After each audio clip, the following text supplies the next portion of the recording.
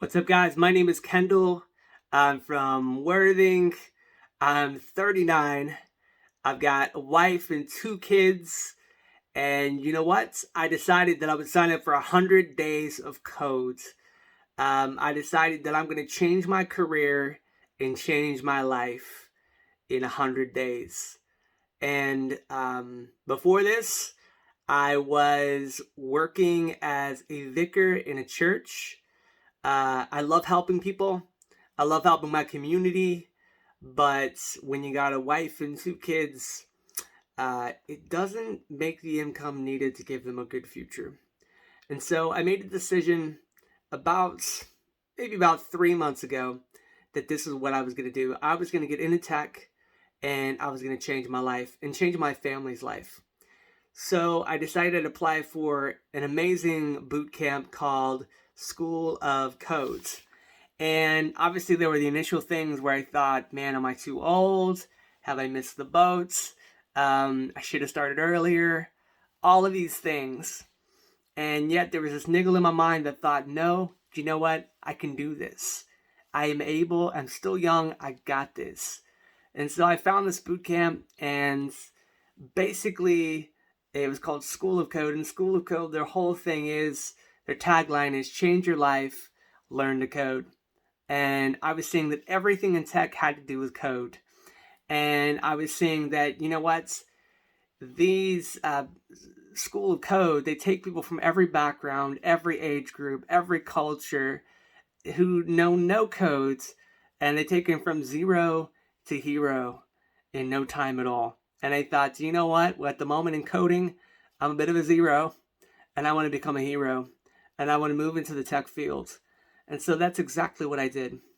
So today is day one of me publicly committing to not only the boot camp, but consistency of the 100-day challenge, 100 days of codes.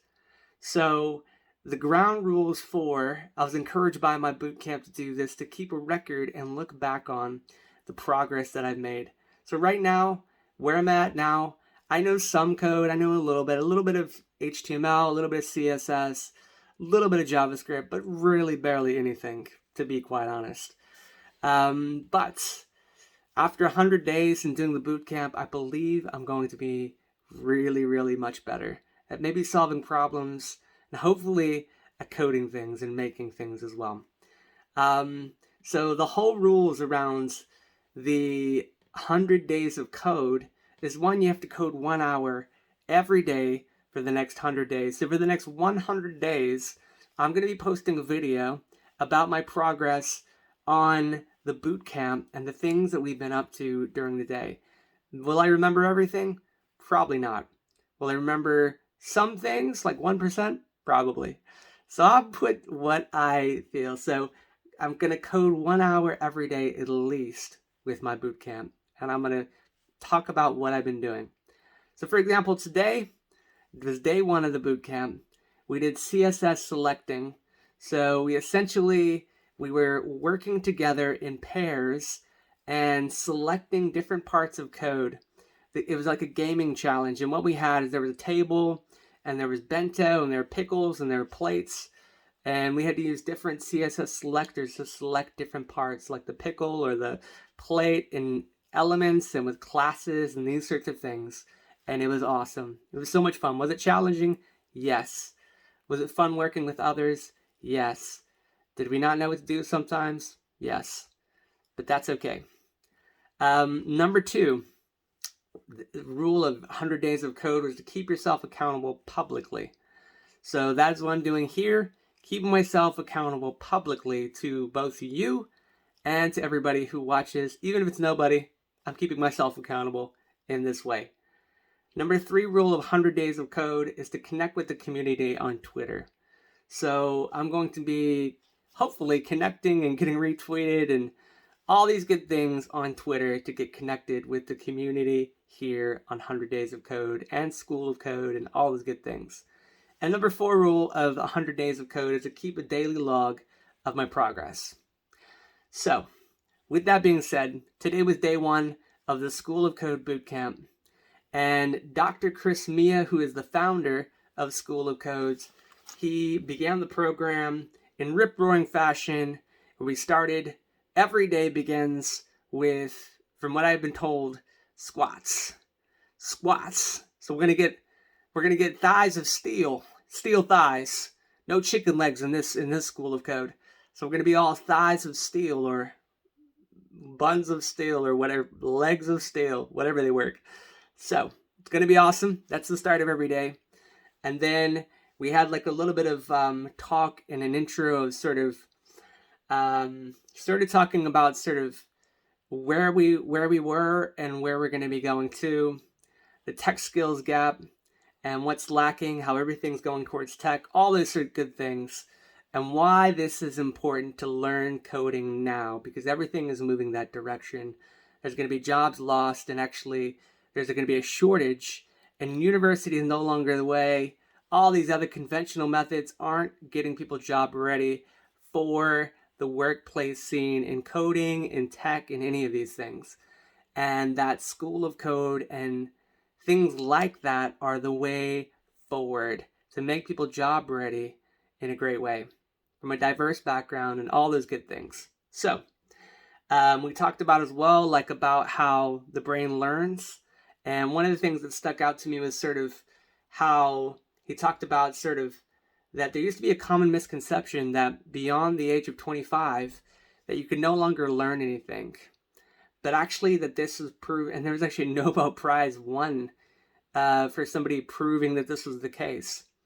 But actually the science now and biochemistry has proven that this is no longer the case, that this has never been the case. And actually we can learn things and we can grow. And that's because our brain has neuroplasticity, which helps us to learn more effectively. And there's ways we can focus that and we can tap into that to put ourselves in a learning state and release the right chemicals so that we can learn more effectively, right? We also learned about things like computational thinking, and about how we learned about if you got in a fight between, if you had a choice between a horse-sized duck and duck-sized horses, 100 of them, what would you choose to fight? Very important questions. So of course, we worked in teams, we worked collaboratively, because that's the way you work in the industry. You learn to work collaboratively, not on your own, not one-man bands, but to work together. So we learn to work together in this process and create solutions. So computational thinking, from anything from that sort of question to the world's most complicated questions. You take basically a big problem and you break it down into little ones, and you face the little problems little by little, and you can solve big problems by breaking them down and figuring them out together, because many brains is better than one. And so we learned about sort of the power of working together, where if you're self-taught and you want to learn code on your own, you could do that, but actually you're going to face less resistance if you're among other people, because you're going to have that motivation where when you hit that, your adrenaline ends and you get to the point where like you need more motivation. If you have somebody else there, because we're social creatures, it's going to give you that extra boost to press in and go that much further. And that's the power of the boot camp of School of Code and the power of working collaboratively with other people. So, how am I feeling about School of Code so far? That's a little bit of some of the knowledge and some of the fun we had today. How am I feeling? Well, honestly, day one, I'm feeling quite tired. I'm feeling quite daunted by the prospect of all the things we have to learn.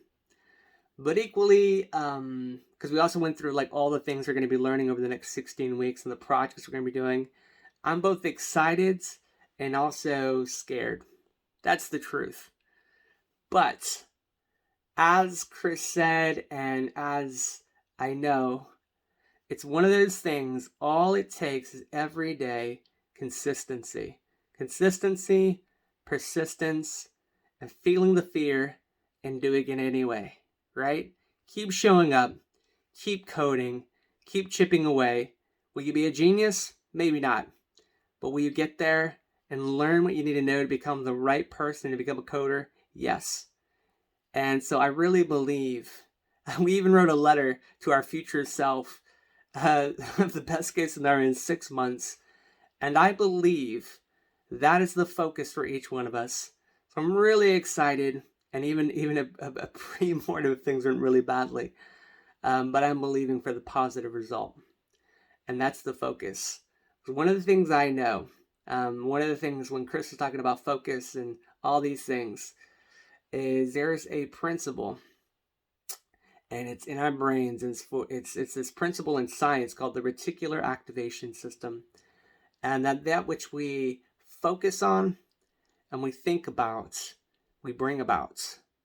And so I'm really believing that at the end of this 100 days of code and at the end of this boot camp, that actually we're going to be in the jobs you want. We're going to be at the place that exceeds where we wanted to be. And actually, we're going to be further along than we could have ever expected. So I'm really excited. I'm going to try to keep up this, not try, I'm going to do. What's that famous quote from Yoda? There is no try. There is only do it or not. So that is what I'm going to do. I'm going to do these 100 days of code every single day. This is my very first video, so be kind. But anyways, guys, it's been real. See you tomorrow. 100 days of code. Day number 1. Day 2 tomorrow. Check you guys later. Peace out.